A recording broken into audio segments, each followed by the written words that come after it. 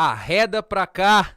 Sejam bem-vindos a mais um podcast, episódio do Arreda Podcast.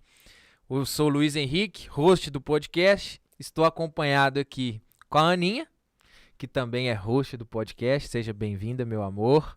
Olá, pessoal, sejam todos muito bem-vindos. Hoje estamos aqui com um convidado muito especial.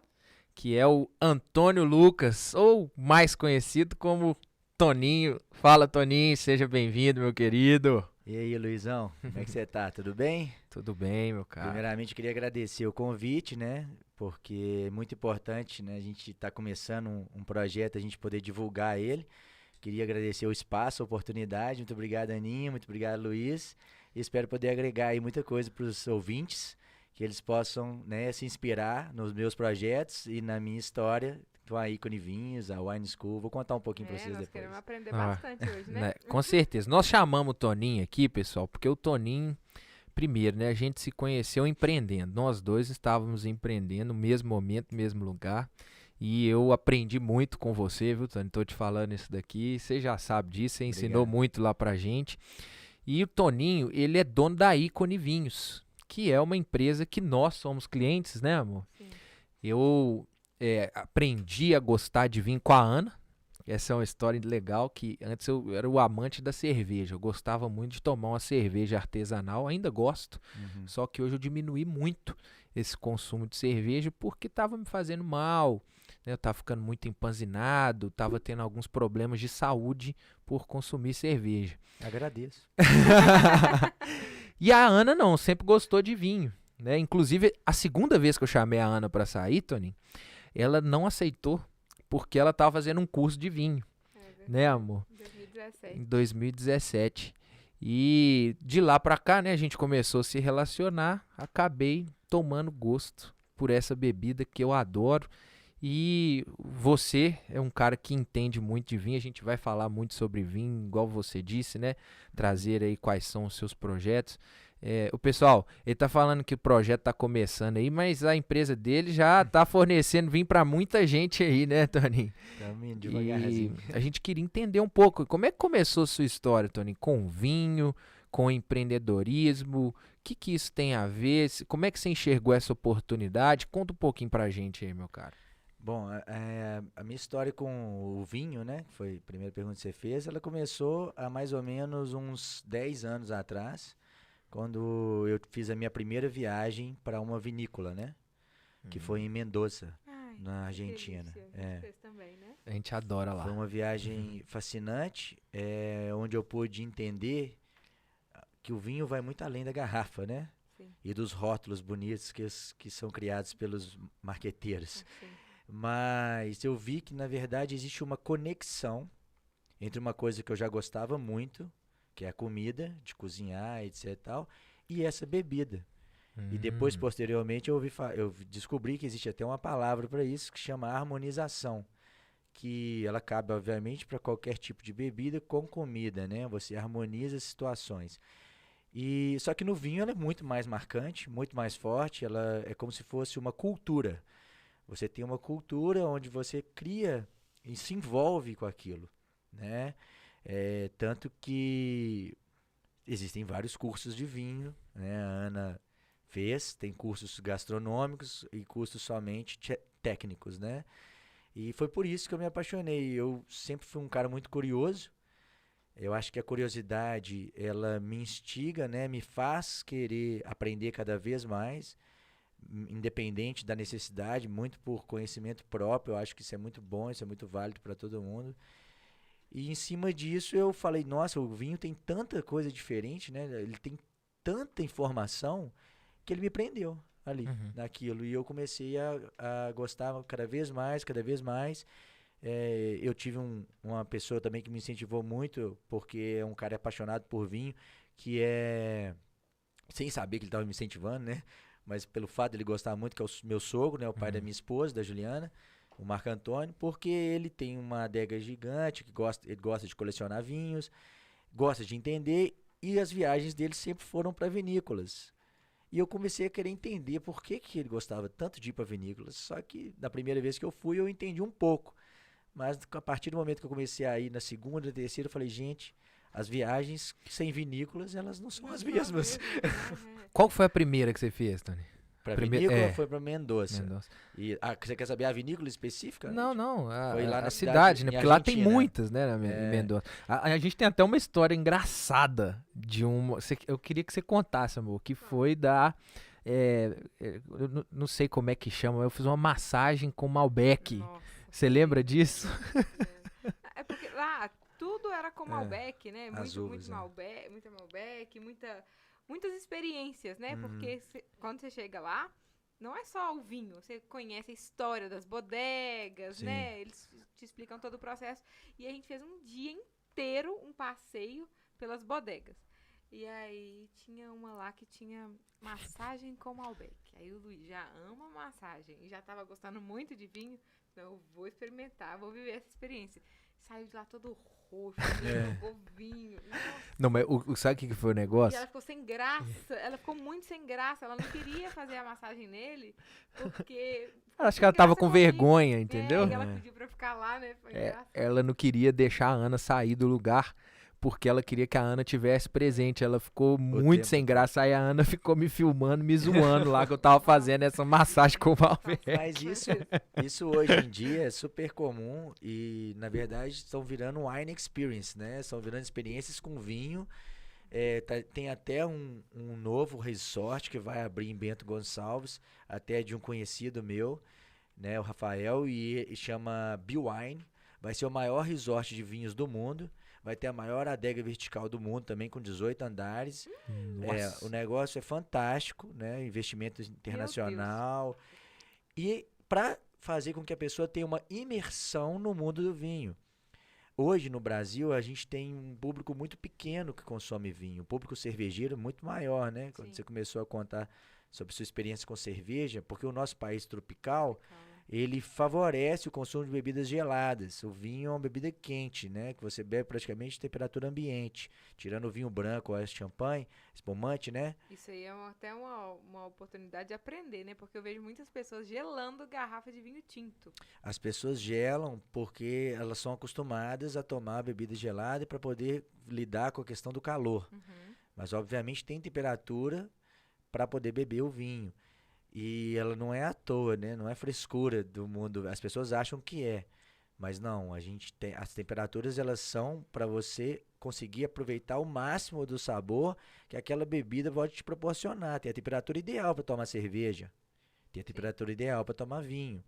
Tá? Essas bebidas fermentadas, elas são bebidas voláteis, né? Então elas sofrem mudanças fáceis assim com o clima, sabe? Então, por isso que até no próprio cultivo da uva, a mudança drástica do clima de um ano para o outro pode favorecer ou acabar com uma safra, né? Você pode ter uma safra excepcional, porque o clima foi favorável, ou você pode, por um inverno muito rigoroso ou um verão muito quente, você perder toda aquela sua produção ali em questões de qualidade para aquela uva que você estava fazendo. Tá? Já ouvi histórias de produtores que tiveram que transformar o vinho em suco de uva, porque não seria bom para manter o padrão daquele produto que eles colocam no mercado, né? Entendi. Então isso é clima. Não é só terreno, né? O terreno influencia, mas ele é o mesmo sempre. O clima muda constantemente. Então, na hora que você vai tomar um vinho, é importante que você respeite ali a temperatura ideal. É óbvio que a gente não consegue controlar isso com um termômetro, né? Porque nosso clima aqui no Brasil, ele, principalmente na nossa região aqui de Minas Gerais, ele sempre está acima de 20 graus, né? A grande maioria da parte do dia. Né? Algumas poucas épocas do ano, em algumas cidades, a gente tem um clima um pouco abaixo disso, como Nova Lima, às vezes fica um pouco mais frio no inverno, mas durante o dia está sempre acima de 20, 22, 25 graus. E o vinho ele é bom ser tomado a 17, 16, 18 graus, para poder maximizar ali o paladar. Né? Ele frio demais, ele altera as suas papilas degustativas. Ele quente demais, ele também muda o sabor. Entendeu? Então isso dificulta você a ter uma experiência favorável. Até convido todos os ouvintes, as pessoas que estão ouvindo a gente aqui, a fazerem essa experiência em casa. Coloca uma taça de vinho na temperatura correta, se tiver possibilidade de ter uma adega, abre o vinho, serve a taça, pega aquele vinho, coloca na geladeira e toma de novo ele gelado. Vocês vão perceber a diferença drástica que tem do sabor. Parece que é outra bebida, nem é a mesma, entendeu? Só que é o mesmo vinho que estava engarrafado, só que ele sofreu ali, né, um pouco com a mudança de temperatura. Isso é importante. Isso funciona também para safra, por exemplo. As safras, elas sofrem mudanças climáticas, né? Então, Sim. aí o clima, Pode antecipar a colheita, pode postergar. legal. Porque o que a gente aprendeu, por exemplo, nessa viagem que a gente fez para as vinícolas lá, é que Mendonça era uma região onde era famosa pelos Malbecs, porque o clima, acho que também o solo era propício para o cultivo dessa A uva uva específica, A uva né? Malbec, ela gosta muito do inverno rigoroso. Então, ou seja, ali você está do lado da Cordilheira dos Andes. Sim. Então, você tem um inverno muito rigoroso, né?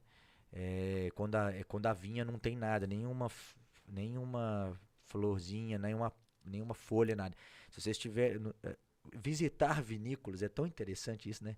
Que você pode ir 4 vezes no ano, que vai ser diferente toda vez que você for, porque o que é o interessante o que é bom e propício para você ter uma vinícola? As 4 estações serem bem definidas: outono, primavera, inverno e verão.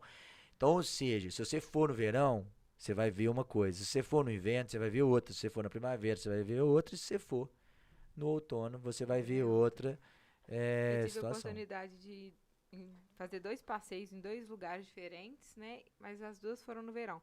A primeira foi em 2012, em Stellenbosch, na África do Sul. Uhum. Foi a primeira vez que eu tomei vinho na vida, eu tinha 18 anos. E aí eu comecei a ter esse interesse, porque foi um passeio muito legal. Aí eu comecei a observar que por trás da garrafa tinha uma história, tinha muita cultura, Isso. né?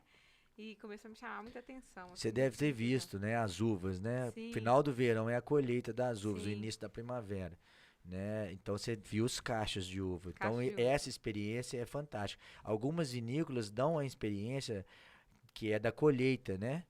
Você ir lá e tirar as uvas das vindeiras e pisar nelas, né? A E gente fazer não aquela teve essa experiência antiga, experiência. né? Mas a gente provou algumas uvas, mas era totalmente diferente dessas uvas que a gente As compra. uvas É viníferas, muito forte, muito forte. as uvas viníferas, elas são para fazer vinho, né? Elas são específicas para vinho. Algumas pessoas estão fazendo fazendo o suco da uva vinífera, só que ele não tem o mesmo gosto, né, do suco de uva tradicional. É o vinho sem álcool que eles É estão como falando? se fosse um vinho sem álcool, né? A Casa Madeira, que é da Casa Valduga, ela já tem, aqui até em Belo Horizonte você encontra, né, em alguns supermercados, esse suco de Merlot, suco de Cabernet Sauvignon, suco Eu de vi Sauvignon isso. Blanc, suco de Chardonnay. Você encontra isso, entendeu? E é interessante, mas, na verdade, é um vinho sem álcool. Eu Entendi. vi as pessoas postando, vinho sem álcool. É muito seco, né, o suco. Ele é seco, ele não tem Eu açúcar, nunca né? experimentei. É como se fosse, mas ele é classificado pelo Ministério da Agricultura e Pecuária como suco, né? Ele não é bebida alcoólica. Legal.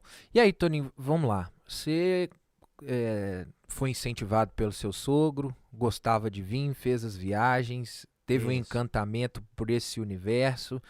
Como é que foi essa decisão de juntar essa paixão e abrir uma empresa de vendas de vinho? Como é que surgiu isso? Foi uma ideia, de repente, você estava em casa lá pensando no nada, ou tomando um vinho. Falei, e se eu vendesse vinho? Eu podia ganhar dinheiro com isso? Foi uma necessidade do momento que você estava passando de vida? Fala pra nós essa história aí. Como é que surgiu a Ícone? Bom, vamos lá. É o seguinte, eu tava na Prudential, né? Foi onde a gente se conheceu. Aham. E eu já estava um pouco satisfeito com o meu trabalho lá. Porque é o seguinte, né? Eu gosto de vendas. Não tenho paixão por vendas, não tenho nenhum tipo de laço emotivo, nem nenhum vínculo emocional com a venda. Mas eu tenho um laço emotivo e paixões pelo que a venda me proporciona, tá? A venda para mim é um meio para conquistar as coisas que eu quero. Uma das coisas é estar aqui, por exemplo, né? Pelo fato de eu vender, eu estou aqui porque eu estou falando sobre algo que eu vendo. E a gente vende tudo, né? Hoje a gente está vendendo aqui um pouco de conhecimento, né? Através do podcast, a gente está passando esse conhecimento para diante, mesmo que sem nenhuma monetização imediata, é uma forma de venda. Sim. Então a venda, ela é, para mim, é uma das coisas mais importantes hoje no empreendedorismo, no mundo, né, comercial. E eu sempre gostei dessa ideia, né? E quando eu estava lá na Prudential, né, querendo sair, eu estava pensando em o que eu ia vender, né? Então, ou seja, eu tenho que continuar vendendo, porque é uma coisa que eu sei fazer e eu sei que vai trazer aquilo que eu gosto. Realmente, eu sou apaixonado pela minha esposa, pela minha família, pelos meus filhos, mas ver eles felizes com coisas que eu possa proporcionar, uma viagem, algo, conforto, Uma boa segurança, educação. morar bem, ter uma boa educação, isso me traz a minha felicidade, isso me deixa completo, entendeu? Uhum. E a venda me proporciona isso. Porque é quando eu pego uma garrafa de vinho e transformo em dinheiro. E o dinheiro eu transformo no que eu quero. Né? Então, venda para mim é uma transformação de recursos. E é isso que eu gosto de fazer. Eu gosto de transformar as coisas, entendeu? Isso foi maravilhoso, né? É. Isso é até para as pessoas refletirem, porque existe muito preconceito com a venda, né? Uhum. As pessoas têm muita resistência em começar a vender, em encararem isso, em falarem que estão vendendo, né? Mas às vezes elas não pensam por esse lado, né? É um meio. Exatamente. A venda é um meio. Muito bom. Eu gostei dessa bom frase. também. Vendas é uma transformação de recursos. Até anotei aqui. Legal. Interessante. Vou refletir mais sobre ela depois. Mas literalmente a gente faz isso, né? Quando a gente tá. E aí vem as conexões pessoais, vem as experiências, vem várias coisas ligadas a essa parte, né? Que a venda ela precisa de uma relação entre pessoas, né? Você tem que quebrar alguns preconceitos. Sim. Você tem que ir, às vezes, em um lugar que você não gostaria e você tem que fazer coisas que você não gostaria. Então, assim, o vinho não é a primeira coisa que eu vendo, né? Eu comecei vendendo bala em saquinho de absorvente dentro do meu colégio. Quando eu tinha mais ou menos uns 12 anos, 13 anos, eu já fazia isso. Só que eu não sabia que eu tinha saquinho de absorvente. A minha mãe me deu... Na verdade, eu estava procurando um saquinho para levar as balas pro colégio. E eu achei um saquinho de íntimos. Eu não sabia que era absorvente, que era das minhas irmãs. Eu tenho irmãs mais velhas, 2. E aí eu levei. E aí uma menina chegou pra mim: "Você tá vendendo bala e saquinho de absorvente?" Aí eu falei: "Não, é possível." Só que olha só, uma pessoa, né, poderia simplesmente se traumatizar naquele momento e parar completamente. Eu peguei e falei pra ela assim: "Você podia comprar todas então? Porque aí você vende pra você, que é mulher, não tem problema, né?" Ela foi: "Não, eu vou comprar pra te ajudar." Ela foi e ficou com as balas, entendeu? E eu não tive mais que ficar oferecendo aquelas balas para outras pessoas, né? E tendo aquele constrangimento. E ela teve a coragem de me falar. Que é o feedback. Você tão lembra o nome importante. dessa menina? Não, acho que era Ana Flávia. Se eu não Legal. me engano. Pô, então era novo demais, tinha 13 Que anos. legal, cara. Tava, legal. tava tipo na 6ª série. E eu já fazia isso. Por quê? Porque eu queria ter dinheiro para realizar os sonhos. E o meu pai e a minha mãe, eles nunca foram muito abastados financeiramente. Eles sempre foram pessoas da classe média. Pessoas da classe média conseguem te dar o médio. Né? Então, ou seja, o que eles focavam pra gente? Nossa educação. Eu estudava num bom colégio. Nessa época eu estudava no Santo Agostinho, central ali na Avenida Amazonas, aqui em Belo Horizonte. E é um ótimo colégio que me deu um excelente relacionamento entre as pessoas. Tenho amigos lá até hoje, né, que são grandes amigos. E isso é importante, né? Você proporcionar isso. E eu sei que foi suado para meus pais. Tanto que ao longo das semanas eles não tinham condições de ficar bancando as idas no shopping, etc e tal. Só que eu queria ir no shopping, eu queria ir nas festas, eu queria participar daquilo que meus amigos participavam. Só que, obviamente, as pessoas são de classes sociais diferentes e muitas vezes elas estão no mesmo local. Entendeu? Então você tem que se adaptar àquela situação. E se eu não conseguia pedindo para meus pais, eu tinha que arrumar outro meio de conseguir, honestamente. Uhum. Né? Importante ressaltar isso, porque tem muitos meios de você conseguir as coisas, né? Então eu fui vender o que estava na minha mente. Pô, o que eu vou vender? O que passou pela minha cabeça? Vou vender Ferrero Rocher, vou vender chocolate. Eu pegava a caixa de bombom da Nestlé e desmembrava ela em chocolates avulsos e vendia. Então eu dobrava o dinheiro de uma caixa. né? Eu fazia 100%, eu nem sabia que eu estava fazendo 100%, eu sabia, era percentual de venda, margem de lucro, essas coisas, eu não tinha ideia. Mas eu sabia que eu tinha que vender mais caro do que eu comprava. Minha mãe me ajudava muito nessa época, né? Ela falava, fazia as contas de matemática comigo ali, por quanto que eu tinha que vender e tal.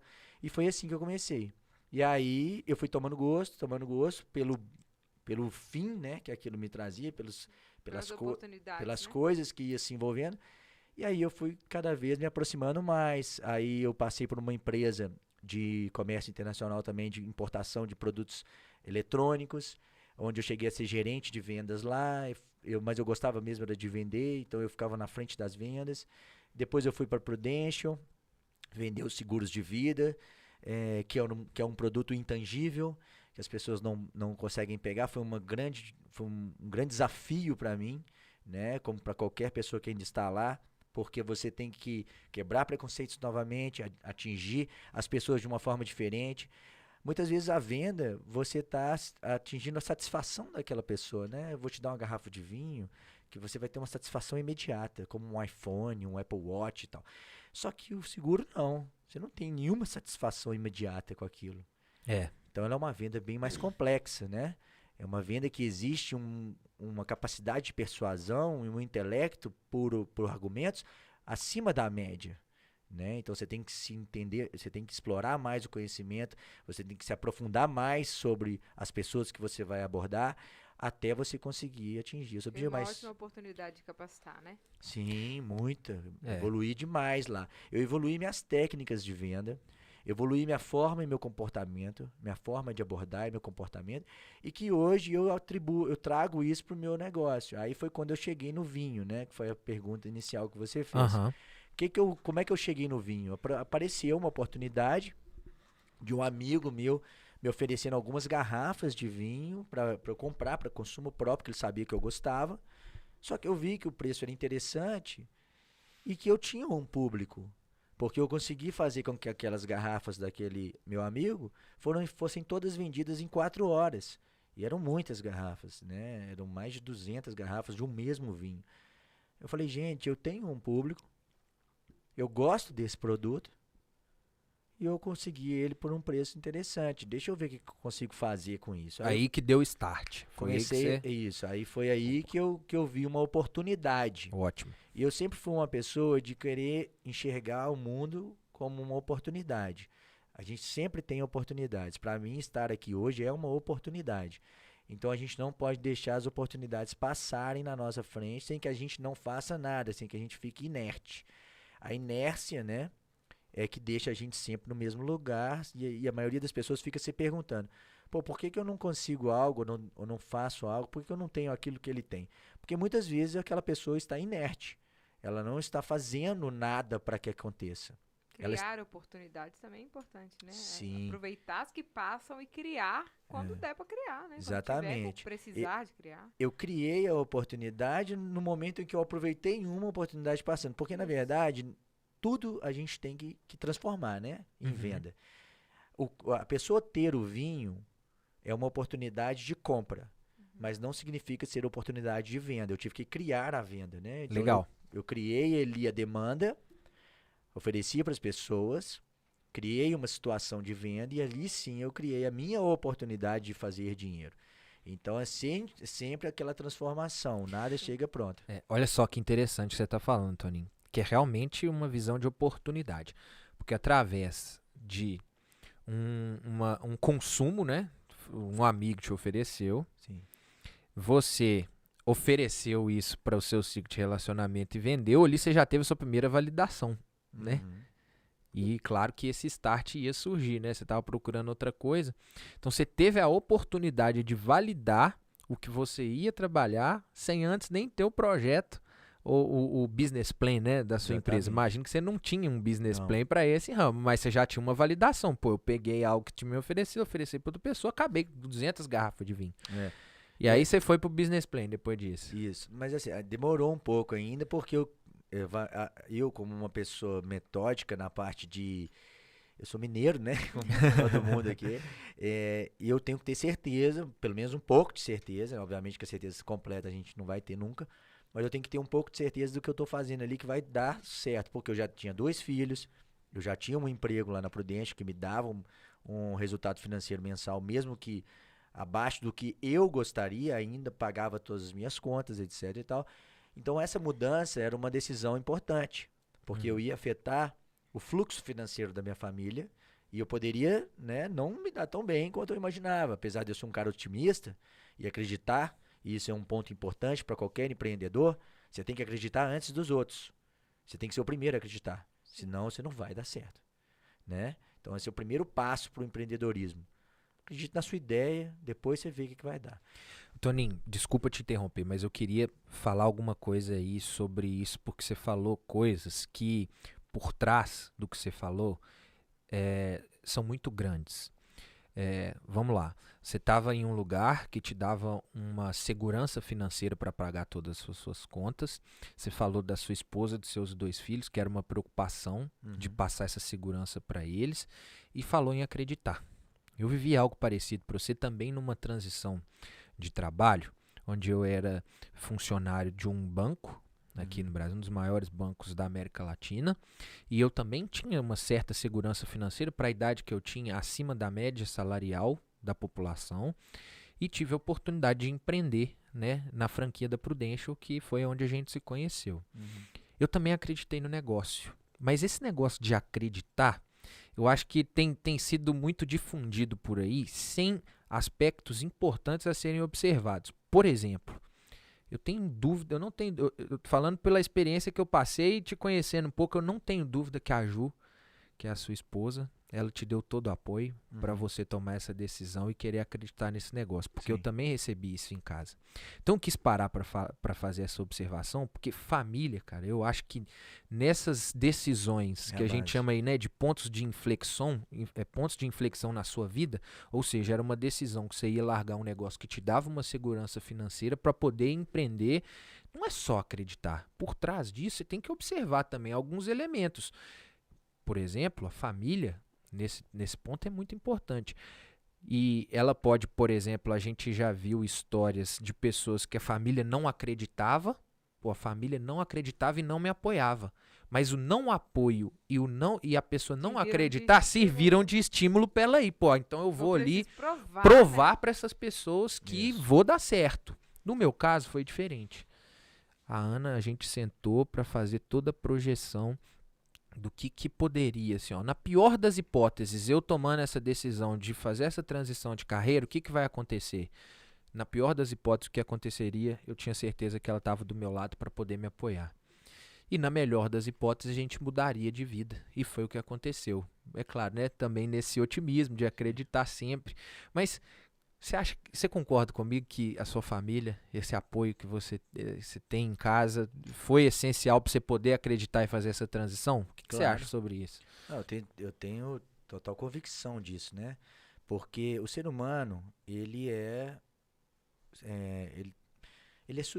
suscetível à opinião, à crítica, tá? Todos nós somos. Se você for muito criticado, dependendo da quantidade de críticas e de quem te criticar, você vai sucumbir. Entendeu? Por mais que você acredite, você vai falar, não vou mais continuar com a Reda Podcast porque estou recebendo muita crítica. Isso não está legal para mim. Porque soma-se energias negativas em cima de você e você se afasta daquilo. Você vai preferir se afastar do que continuar recebendo crítica, entendeu? Isso serve para qualquer coisa. Então, obviamente que a crítica, ela é um massacre. Mas depende de quem está fazendo a crítica, tá? Porque existem hoje, né, no mundo, pessoas que estão aí só para criticar, que são os haters, né? A gente vai ver sempre isso, vai estar, principalmente pessoas que estão colocando a cara, né, a tapa, como vocês hoje aqui com a Reda Podcast. No futuro, vocês vão ser criticados. Vocês estão fazendo assim, vocês estão fazendo assado. E de pessoas que vocês não conhecem. E mesmo assim, vocês vão levar aquela crítica de certa forma em consideração. Porque o ser humano, ele é suscetível à crítica, tá? E o ser humano, ele é tão suscetível à crítica que numa determinada situação, né, que eu ouvi isso outro dia desses num negócio que eu estava vendo, a gente percebe muito mais os erros dos outros do que os nossos próprios erros. Isso é bom por quê? Porque mantém a gente otimista. mas é ruim, mas porque também a gente não evolui. Então, a evolução, ela faz parte ouvir as críticas, mas a gente tem que escolher de quem que a gente quer ouvir essas críticas, entendeu? Então, o apoio para a família é importante, porque a família é um ponto onde você vai escutar. E se eu tivesse, obviamente, escutado críticas da minha família, eu ia pensar duas vezes. Para entrar na Prudential, eu escutei críticas de um lado da família e não escutei vai do outro lado. Por conta do seguro de vida, dificuldade de vender, etc e tal. Mas eu fui mesmo assim e, poxa, e a decisão foi muito boa, porque eu já estava tendencioso aí. Então, como estava dividido, eu tendi para o lado que eu queria. Mas se eu tivesse na dúvida, talvez eu não teria entrado lá. Se eu não tivesse entrado lá, hoje eu não estaria aqui. Se eu não tivesse aqui hoje, muita coisa seria diferente, entendeu? Sim. Então, as nossas decisões, elas, né, hoje, elas vão ser o norte do nosso futuro. A gente está plantando tudo que a gente vai colher, independente, né, do que a gente vai, a gente colhe o que a gente plantar, independente Sim. do que for que a gente plante. Então, eu tô tentando plantar coisas na minha vida que sejam benefícios para minha família, ok?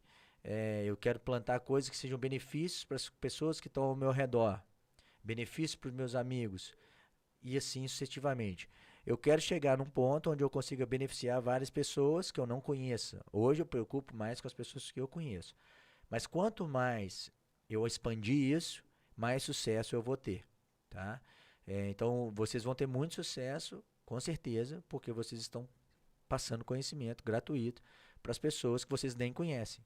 E quando vocês fazem isso, o sucesso ele é iminente, né? As pessoas elas estão em busca de conhecimento e elas precisam de pessoas que passem esse conhecimento de forma genuína e gratuita, tá? Bom demais, Tony.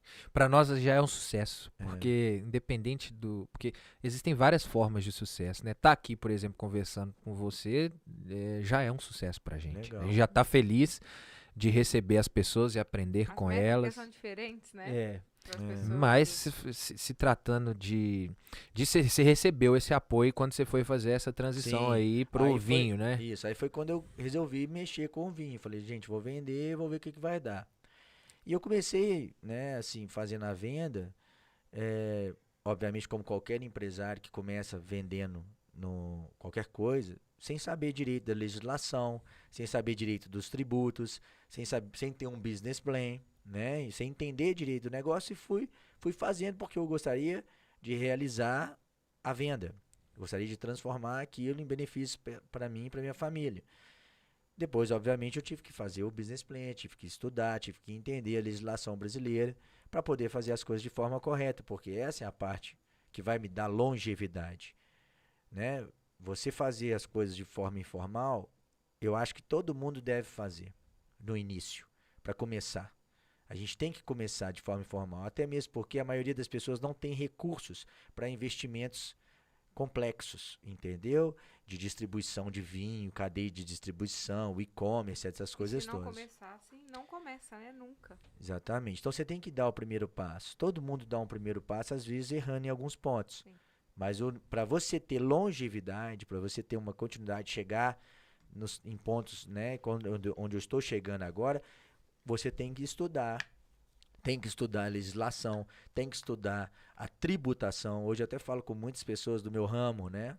Que eu não sou mais especialista em vinho, eu sou especialista em tributos. Por Imagina. conta da dificuldade que é a questão do tributo no mundo do vinho.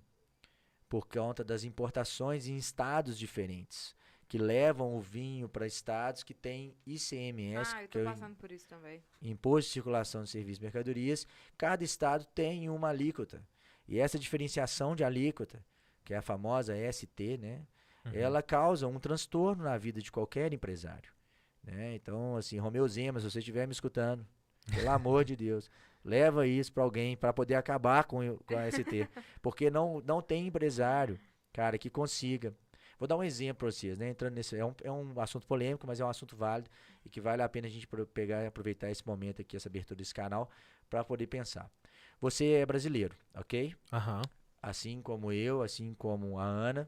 Mas vamos supor que você mora em São Paulo e a Ana mora em Minas. Ela não está em outro país. Apesar de nosso país ter uma dimensão continental, ela está no mesmo país que você. Ela é brasileira tanto quanto você.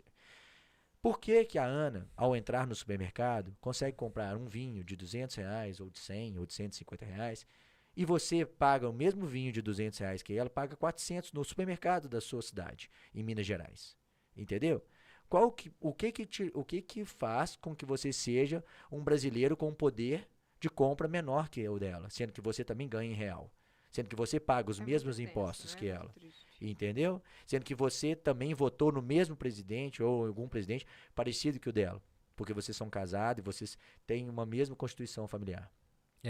Entendeu? Então essa pergunta, cara, é uma pergunta importante, porque isso diferencia as pessoas. Quando você tem um poder de compra menor do que o de um colega seu que é brasileiro, isso faz com que o seu outro colega em outro estado se torne mais rico que você. Simplesmente porque ele consegue comprar mais coisas e viver melhor. Entendeu? Então esse tipo de diferenciação segrega o nosso país. Faz com que a gente tenha pensamentos errados sobre o que é certo, até onde é certo e o que eu devo fazer. Né? Então, ou seja, será que eu devo pagar esse imposto? Ele é um imposto justo? E na hora que você faz esse tipo de pergunta, você lembra daquela curva de Laffer, né? Que é a curva dos impostos. Quando ele é alto demais, você acha injusto. E isso faz com que você só negue. Entendeu? Então as pessoas em Minas Gerais olham para São Paulo e falam assim, esses paulistas têm muito mais oportunidade que nós, vamos para lá. Ué. Vamos abrir empresa lá, vamos fazer coisa lá, vamos contratar funcionários lá. Entendeu? Essa é uma grande... Assim, nesses 12 anos que eu estou no mercado financeiro, atendendo empresários, né? Eu gosto muito de trabalhar com empresários, porque sou empresário, minha esposa é empresária, e, de certa forma, a gente compartilha dessas dores. E todos reclamam, né? Que tributação é um problema que deve ser resolvido, mas eu acho que eles já estão olhando para isso. Eu acho que em breve a gente vai ter uma reforma tributária. Mas o que a gente dá de dica... Eles falam em proteção às indústrias estaduais, ok? A indústria estadual, ela tem uma proteção de ST para que o produto lá de Santa Catarina ou do Paraná, o mesmo produto, vamos supor, plástico, não entre aqui e acabe com a indústria de embalagem plástica mineira. Mas isso não faz sentido nenhum no capitalismo, porque o capitalismo prega o livre comércio. Então, se a indústria de plástico quebrou aqui, não foi porque o cara do Paraná vendeu mais barato, foi porque ele produziu melhor. Ele conseguiu ser um empresário de sucesso à frente da empresa dele e dominar o mercado, mesmo em outro estado. Então, a culpa não é dele. Ele teve um mérito e não a culpa, entendeu?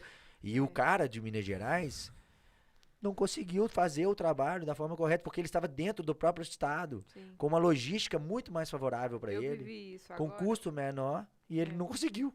O planner que eu produzo, aquele ali, tem 11 fornecedores diferentes. Uhum. E quando ele ficou pronto, a gente foi ter uma conversa com o contador, aí ele perguntou, mas por que você encomendou a régua? Era de São Paulo? Não, era Curitiba. Era de Curitiba. Porque foi a melhor que eu achei. Eu queria uma régua diferente, foi o melhor custo-benefício, foi o modelo que eu gostei e tal. Ele disse, nossa, mas você não tem noção do problema que você vai dar agora, da diferença de pagar ST. de imposto, né, e tal. Eu disse, gente, eu já nem sabia. E aí, desse assim, detalhe. o que eu acho que a gente pode dar de dica para nossa audiência, de quem está querendo empreender e quem já empreende, já está a um nível mais avançado, vai entender o que eu estou falando. Uhum. Dentro dos grandes empresários que eu tive a oportunidade de conviver e fazer umas perguntas assim, eles falaram, Luiz, e foi até dentro do que você disse aí desse cara lá de Curitiba que fez uma boa gestão do negócio dele. Existem coisas no nosso negócio que dependem só de nós. Existem coisas que não dependem de nós. Uhum. Então, essas decisões que independem a nossa vontade, por exemplo, a ST, o ICMS, a diferenciação de estado, importação, exportação, isso aí já está lá. Independe de mim. O que depende de mim, eu preciso dominar, eu preciso conhecer. Então, pessoal, se vocês estão pensando em empreender, conheçam quais são, né, essas legislações, quais são essas tributações que vão influenciar diretamente no seu negócio. E como vocês podem conhecer isso? Um cara. Quebra muita gente, né? tragam profissionais para o seu negócio. Você não vai virar um especialista em tributação vendendo vinho, mas você pode pegar um profissional que conhece bem esse ramo de tributação para poder te dar uma orientação, né, para lá na frente você não ter problema. O melhor negócio a se fazer, obviamente, né, o mais barato, é você mesmo aprender. Você fazer reuniões, ligar para os contadores, ligar para os advogados tributaristas e tentar entender. Mesmo, eles também não entendem também muito não, tá? Tem muitos que não entendem mesmo. Eu já fiz reuniões com vários escritórios de advocacia, tributaristas. Algumas opiniões são divergentes, tá? Uns falam, você consegue benefício, sim. Você consegue aquilo, você consegue fazer aquilo, você consegue levar a empresa para outro estado. O contador fala uma outra coisa, mas assim, as informações elas não são convergentes. Para vocês verem o grau de complexidade que é a tributação brasileira. É muito difícil mesmo. E mexer com o comércio é saber de tributos. Por quê? Na hora que você vai para larga escala, igual eu estou querendo ir, né? Estou indo para o e-commerce, para eu ir para o e-commerce, para eu ter larga escala, crescimento exponencial, eu preciso de quê? Preço. Eu preciso ter o melhor preço e melhor logística. Melhor tudo, entendeu? Aí sim eu vou O seu preço é muito bom já, viu, Toninho? Ele é bom, mas assim, eu preciso ter um preço ainda muito ainda competitivo. Melhor, porque né? quando você vai pro Google, você compra comigo que você me conhece. A gente tem uma relação, né, de uma relação entre nós dois. Isso faz com que você opte por mim em relação a outro fornecedor. Mas vai ter sempre aqueles caras que não me conhecem. Na verdade, 99,9% do meu público eu pretendo que seja assim. Ok. Porque se eu quiser um dia ser grande, eu não vou conhecer ninguém que compra meu produto. Sim. Pessoalmente falando. Entendeu? Então, ou seja, as pessoas vão fazer uma compra fria e calculada. Muitas vão comprar, obviamente, porque viram, gostaram do site, etc e tal, do atendimento. Mas no primeiro momento, a primeira compra que ela fideliza, o cara está pesquisando ali. Ele escreveu lá, vinho cartucha. Ele olha o preço. O próprio Google faz isso para ele, né? No Google Shopping já te mostra lá qual que é o menor valor. Então a pessoa vai até mim pelo preço inicialmente. Depois ela vai entender o que eu tenho de benefício, que aí são as outras coisas que eu criei no meu negócio. Fala sobre isso pra gente. Quais são os seus planos daqui pra frente? Quais são os diferenciais dessas coisas que você criou? Isso. Aí quais são os meus planos e quais são os diferenciais do meu negócio, né? Eu criei 4 negócios, entendeu? Envolvendo a Ícone Vinhos. A Ícone Vinhos hoje é a base de tudo porque ele é o comércio. Ele é a venda. Então ela põe o dinheiro no caixa e faz lucro imediato.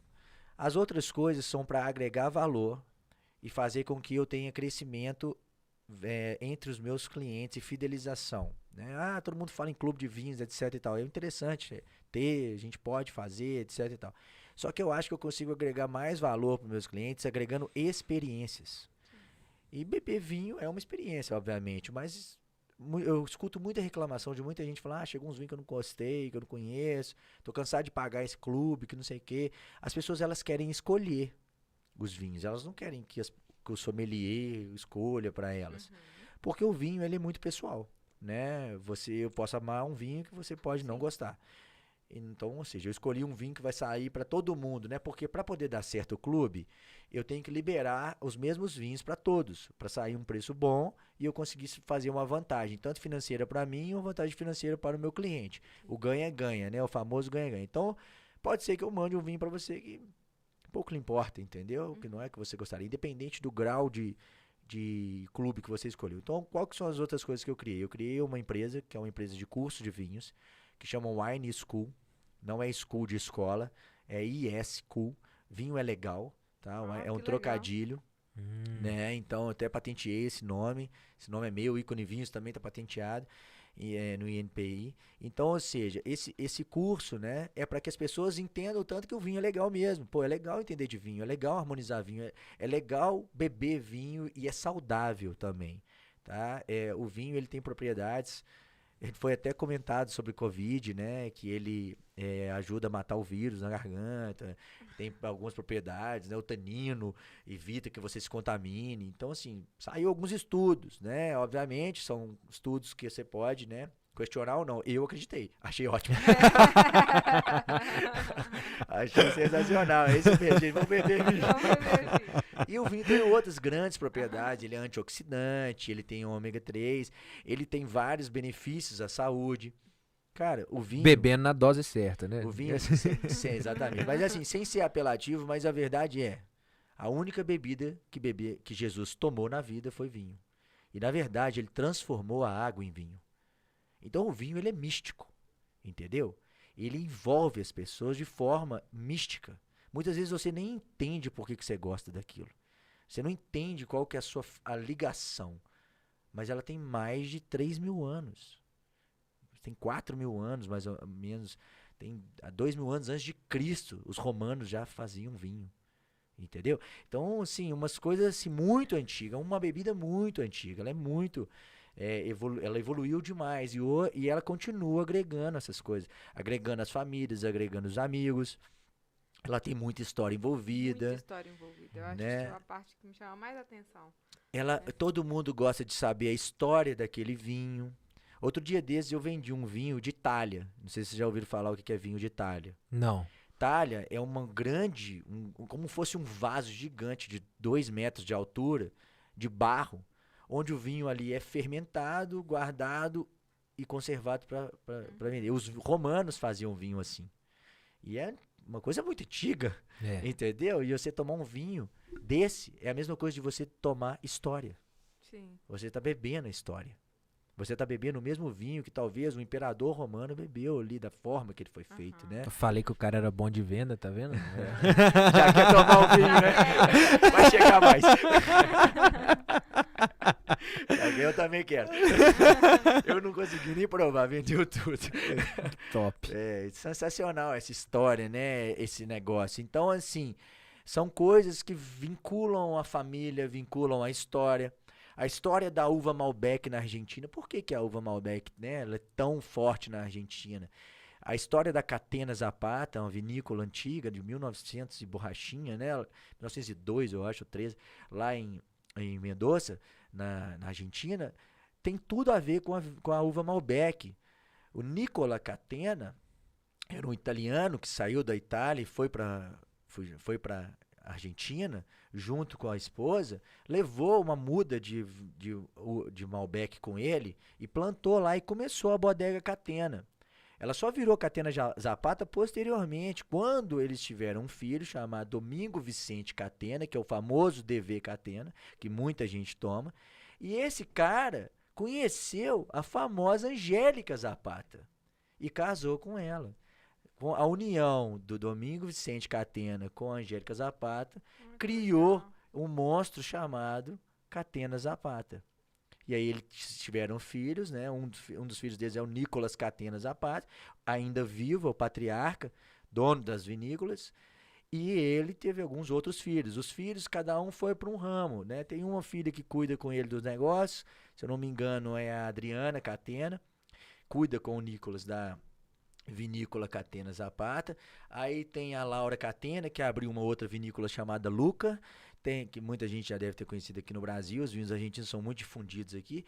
Teve o filho Ernesto Catena, que abriu a Tikal, que tem um vinho que muita gente gosta, que é o Alma Negra. Ele é um cara mais eloquente, ele gosta de coisas diferentes, os rótulos dele são diferentes, a forma de produção dele é natural, ele não usa fertilizantes, inseticidas, ele gosta de fazer as coisas de forma natural, né, e orgânica. Isso é muito legal, os vinhos dele. Ele gosta de deixar as coisas meio místicas também. O próprio Alma Negra não fala quais são as safras, as uvas, né? Fala tudo meio misturado ali. E todo mundo acha aquilo fantástico. Porque, na verdade, o próprio vinho já é um místico.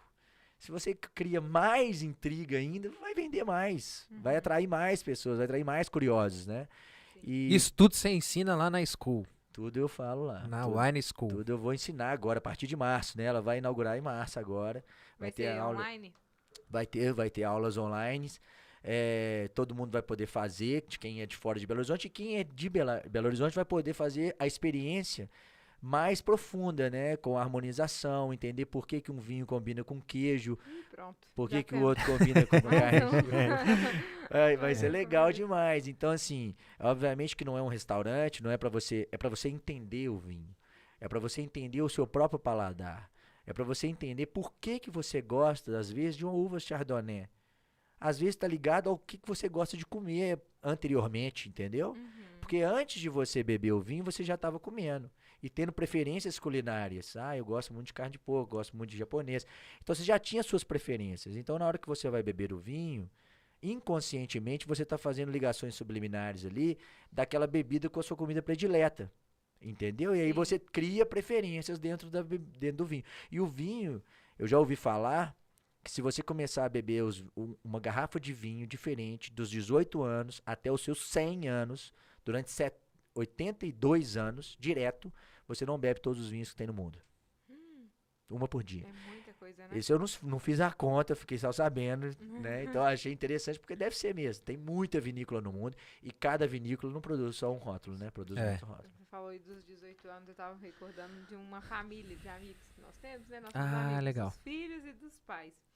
E às vezes a gente fica com esse preconceito, né? Nossa, meu filho não pode me ver bebendo, ou ó, que exemplo que eu tô dando. E eu penso que nós, como pais, né, temos que dar bons exemplos para os nossos filhos. Então, de boas bebidas também. Né? Imagina se a gente bebesse catuaba até hoje. Nossa. Por exemplo, Socorro. Então, Nada a gente- contra quem bebe, é, né? Mas a gente pensa muito em beber boas bebidas para ser um bom exemplo para Isso. nossa filha quando chegar nessa fase, né? Eu tenho um irmão mais novo também, ser um bom exemplo para ele. E aí, nessa família de amigos que nós temos, os pais, quando os filhos nasceram, pegaram uma garrafa de guarda, que fala, que pode guardar por Sim. muitos anos, e guardaram com a safra daquele ano. Sei lá, eles nasceram em 93, 94. Aí pegaram um vinho daquele ano e abriram quando eles fizeram 18 anos. E foi muito legal, uma experiência muito legal. E eles apreciam boas bebidas já, né? Apesar de serem novos. E quando a Lavínia nasceu, eles falaram, ó, assim que tiver uma garrafa boa de 2020, 20. a gente vai dar pra Lavínia pra vocês abrirem com ela quando ela tiver mais velha. E eu achei isso muito legal. Foi um É, exemplo. legal, Tem né? essas coisas também no vinho. No vinho tem muita Olha coisa, isso, né? que legal, né? Ligações familiares, É. momentos únicos, né? Não é simplesmente abrir, beber e pronto, né? Exatamente. Colocar pra dentro, Vamos, né? ó, um exemplo. Apreciar, degustar. Olha uma coisa simples, né? Que a gente faz todo ano. A gente abre champanhe no Réveillon, É, uma tradição, né? né? Espumante, né? Ou champanhe, depende de onde você... Hoje em dia, champanhe tem que ser da França. Então, você abre aquilo ali e você tem um motivo para aquilo, né? Muitas vezes as pessoas nem sabem por quê.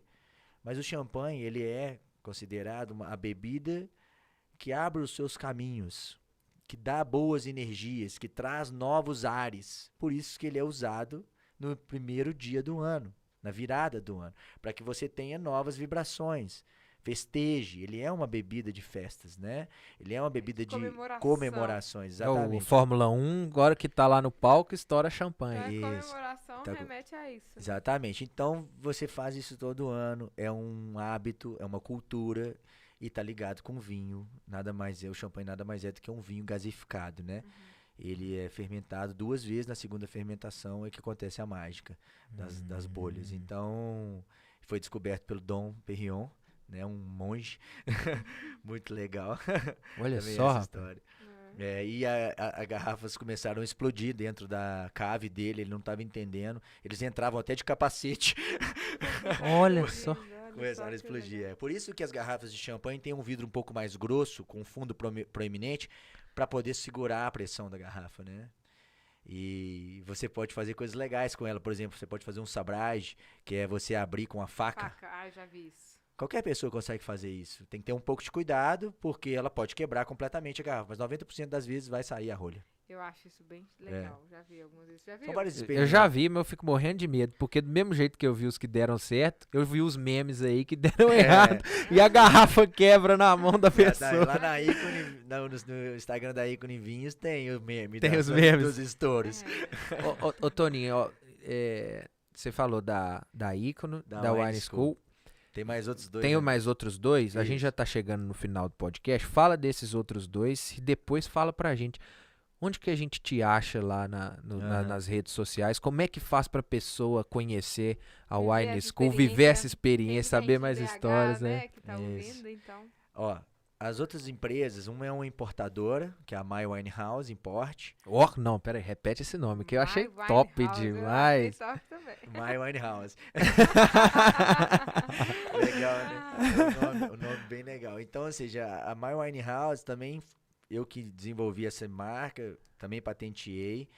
É a minha casa do vinho, né, em inglês. Sim. Mas a inspiração foi na Amy Winehouse. Pois é, eu já falei, vai tocar a M lá, pô, na casa. Eu tava ouvindo Amy Winehouse outro dia, eu falei, gente... Que é Amy muito Winehouse. bom, né, cara? A M é bom demais. É, Uma pena ela ter morrido tão cedo. Sim. Músicas maravilhosas. maravilhosas, são músicas boas mesmo. E aí eu me inspirei nesse nome, mais da casa do vinho, obviamente, né?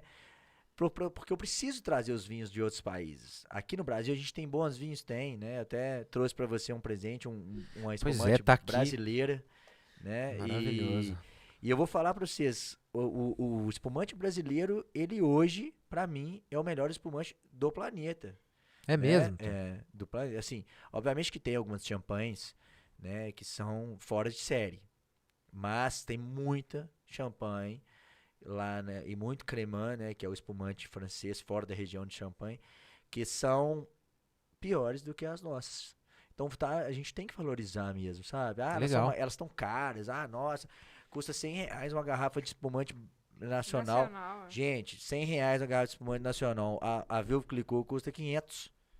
E eu vou falar pra vocês, tem um espumante nacional muito melhor que o Veuve Clicquot. Só que é lógico que o vinho também tem outras coisas ligadas como status social. Entendi. Você abrir uma garrafa de vinho cara, significa que você teve sucesso na vida, tá? Então tem outra coisa, tem essa outra parte do vinho, é outra história, mais uma hora de podcast. Essas ligações, né? Que são os adjacentes do vinho, né? São as coisas que estão ligadas ao vinho. E faz total sentido na vida das pessoas, né? Uhum. São os méritos dela. Assim Sim. que você contou da pessoa comprar uma garrafa de safra 2020, que é o ano de nascimento de um filho, para abrir em 2038. Não é qualquer vinho que tem essa capacidade. Sim. Então você tem que ter um vinho bom, que provavelmente vai ser caro, isso é um status social, entendeu? Você teve condição financeira de comprar um vinho que você pode guardar 20 anos. Você teve condição psicológica de guardar um Também.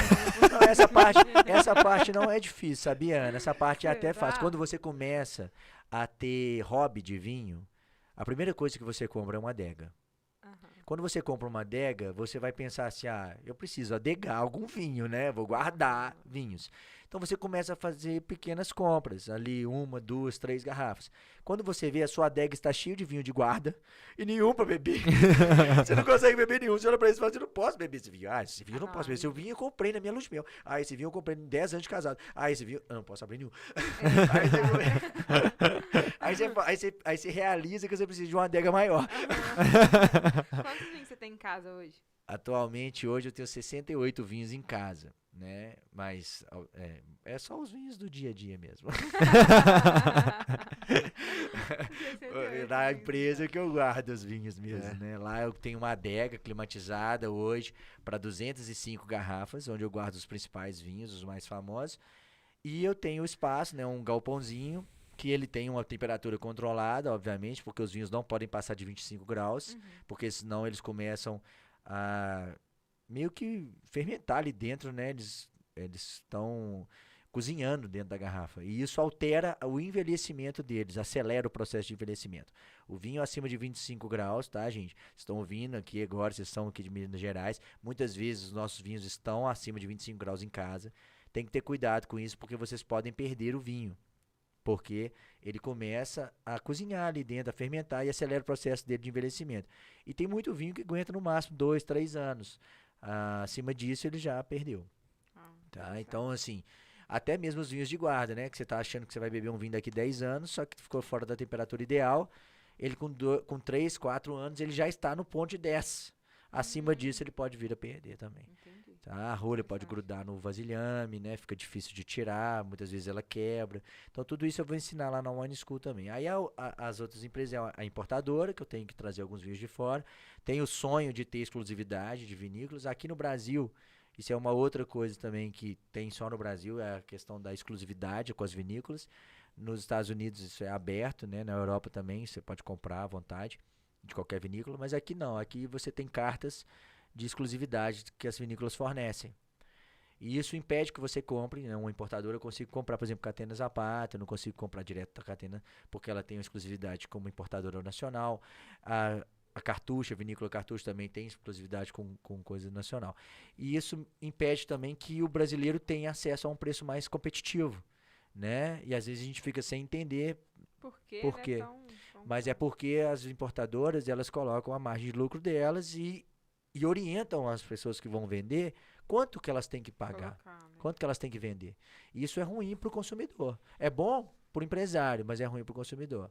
Entendeu? Então isso é uma política que eu não sou muito a favor. Mas aquelas coisas que aquilo que você falou, tem coisas que a gente consegue fazer, tem coisas que a gente não consegue fazer. Aqui é assim. Né? E Então, a quarta empresa, qual que é? e a Rony? quarta empresa é uma empresa que está embrionária, já nasceu, mas ela ainda não está operando. Ela chama Wine Invest. É para você investir no mundo do vinho. Seja importando comigo, seja adquirindo vinícola, através de fundos de investimento, seja você simplesmente colocando seu dinheiro para você ter rentabilidade no vinho. O vinho, ele hoje, historicamente, a gente tem indexadores do vinho, né? Bordeaux Index, Live Index, que são especialistas em vinho. Uhum. Em média, o vinho valoriza 25% ao ano e ele não sofre com as crises, né? O preço do vinho não cai com a Covid. O preço do vinho até subiu, né? O preço do vinho não cai com a crise financeira de 2008. Ele não vai cair com a guerra da Rússia contra a Irã, contra a Ucrânia, entendeu? Ele não cai. O preço do vinho tende a subir. E ele está, em muitos países, ele está virando uma commodity, assim como o café, o açúcar, esses produtos, né? Carne bovina. O vinho está acontecendo isso. Pra você ter noção, lá em Portugal, o vinho faz parte da cesta básica do português. Ele já é um alimento. Sério? Que legal. Ele é um alimento. Ele faz parte da vida das pessoas. Eles tomam vinho todos os Todos dias. muita E vivem bebida muito, tá? também, né? Eles vivem muito, os europeus. Então, ou seja, eles bebem muito vinho. Querem ver muito. Longevidade. Longevidade, exatamente. E tem estudos científicos que falam sobre isso. Então, eu quero trazer a oportunidade para as pessoas que não têm tempo, obviamente, para poder mexer com vinho, mas querem ganhar algum dinheiro com isso, de ganhar dinheiro junto com a gente, entendeu? Obviamente, quando isso estiver pronto, vai ter auditoria fiscal, vai ter controladoria, nós vamos ter contratos específicos, né? Vamos fazer SPS para importação. Então, você vai importar especificamente aquilo com a gente e a gente vai fazer a venda. Então, vai ter uma rentabilidade já organizada. Você pode fazer parte de diversas formas. Então, assim, se a pessoa quiser falar comigo, ela pode me procurar no Instagram da Ícone Vinhos, né, que é @íconevinhos. Pode também procurar no Instagram da Wine School, wine.school, né, ISCOOL. Ela tem também o Instagram da Wine Invest, né, Wine Invest Brasil, e o Instagram da importadora da My Wine House. Mas através do Wine School e da Ícone Vinhos, vocês falam diretamente comigo. Eu tô ansiosa pra Wine School. Eu também. Podia fazer uma excursão, né? Aí vocês podem fazer turmas de confraria. Tem um espaço grande lá, tem 2 espaços, são 2 salas, uma para 20 pessoas, até 20 pessoas sentadas, né? Na verdade, confortavelmente, vou colocar só 16. Mantendo os protocolos de distanciamento das pessoas. E tem uma outra sala menor, né, que é uma sala de reunião, que também vai ser degustação, que é uma sala para 6 a 8 pessoas. Então essas 2 salas vão ter disponibilidade. A sala grande, ela tem uma cozinha, então ela vai ter harmonização, a outra é mais técnicas mesmo, etc, tal, fechamento de contrato, essas coisas. Quem estiver ouvindo e tiver interesse, vamos combinar e vamos junto. Vamos junto, pode fazer uma turma de vocês, vai irem ser lá, legal, né? Já tá Turma do Arreda. Isso, Turma da Reda. E a gente marca um dia, faz uma aula experimental, entendeu? Entende um pouco do que é esse mundo. Esse mundo é muito complexo, né? A gente já tá aqui conversando tem um tempão. E tem muita coisa para conversar ainda, poderia ficar muito mais tempo falando. Obrigado aí. Você vai voltar, Toninho, pra gente conversar mais sobre isso. Esse Wine Invest aí, por exemplo, me chamou muita atenção, achei diferente, nunca tinha ouvido falar. Não existe no Brasil. E eu posso te ajudar? Não sei se você já tem alguma assessoria jurídica, mas a gente tem uns amigos que a gente pode te indicar que já fazem esse tipo de operação, que é o pessoal do Decon. E eles vão até vir aqui no podcast, porque eles ajudam muitas empresas de tech, startups aqui em Belo Horizonte, e fazem uma assessoria jurídica muito interessante. Tem até uma que eles já fizeram nesse modelo, que é da Lu Invest, que é o pessoal lá da Alugator, que é aluguel de iPhone. Aí tem essa linha da Lu Invest, cara. E eles que ajudaram lá essa parte jurídica. Depois eu vou fazer essa conexão. Isso é uma coisa boa também, É. né? Que a venda, É, que o podcast, por exemplo, Conexões. dá, que são as conexões, o networking, né? é. Isso é muito importante. Esse negócio do investimento em vinho é muito porque, às vezes, a pessoa quer comprar e ela não consegue fazer a compra sozinha. Tem garrafas caríssimas, né? Chateau Petrus, Romanée Conti, entre várias outras, tem um valor agregado muito alto. Só que você quer ter o acesso àquela garrafa, numa safra difícil de você comprar, e eu sozinho também não daria conta também de fazer isso. Então, ou seja, você junta as pessoas, você faz a compra. Você tem um preço interessante porque você vai lá na França comprar. Eu já tenho a importadora. Então eu posso fazer a importação, né? E trazer esses vinhos para o Brasil e colocar esses vinhos para poder ficarem guardados. E no futuro eles vão valorizar, obviamente. E eles continuam valorizando constantemente, entendeu? Top. Maravilha. Maravilha. Te agradecer, Toninho, pela Bem, presença, não, pelo obrigado a você. presente aqui. Quando a gente tomar, a gente vai lembrar de você, te mandar uma mensagem. Muito Põe para obrigado. gelar bastante. Esse aqui pode gelar bastante. Uns É um 2 graus espumante. positivo, tá? Maravilha. Muito obrigado Aprendemos mesmo pela Espumante presença. é Né? 8, mas Brasil, né? Põe um pouquinho mais para baixo que vai esquentar na hora que abrir. Não, tá bem, né? Em breve, vamos ver se a gente marca para continuar esse papo, que foi muito interessante. Espero que vocês tenham gostado, Aprendido também, né? aprendido. Fiquem atentos aos próximos episódios do Arreda. Que Não tem muito... esqueça de curtir e se inscrever no canal também. É isso aí. Curte a gente, segue no canal, se Siga aí inscreve, Ícone- né? Ícone Vinhos no Siga aí, Instagram. Ícone Vinhos. E no Quiser canal, comprar vinho bom e barato. quiser comprar isso vinho aí. bom, realmente, gente, o Toninho mexe com vinho bom e barato e ele quem dá tá em muitas BH dicas. recebe em casa, né? Todo mundo recebe em Não, o casa. Brasil né? inteiro recebe em Brasil Ah, inteiro. maravilha. Aí, Em legal. BH é rapidão, né? É, rápido, bem rápido. Chega muito rápido. Teve uma vez que a gente pediu no mesmo dia, era meio-dia, chegou lá 2 horas, falou, preciso que seja rápido aqui, Toninho. Você mandou rapidinho mesmo. pra gente, A logística atendimento tá boa. muito bom, a gente precisa de uma dica pra harmonizar, o Toninho muito aberto, sempre ajuda a gente. Isso. E te agradecer mesmo. Obrigado. Valeu, viu? Obrigado pela Obrigada. oportunidade. Foi Pessoal, ótimo. até Valeu, mais, até o próximo episódio. Um grande abraço. Tchau, tchau.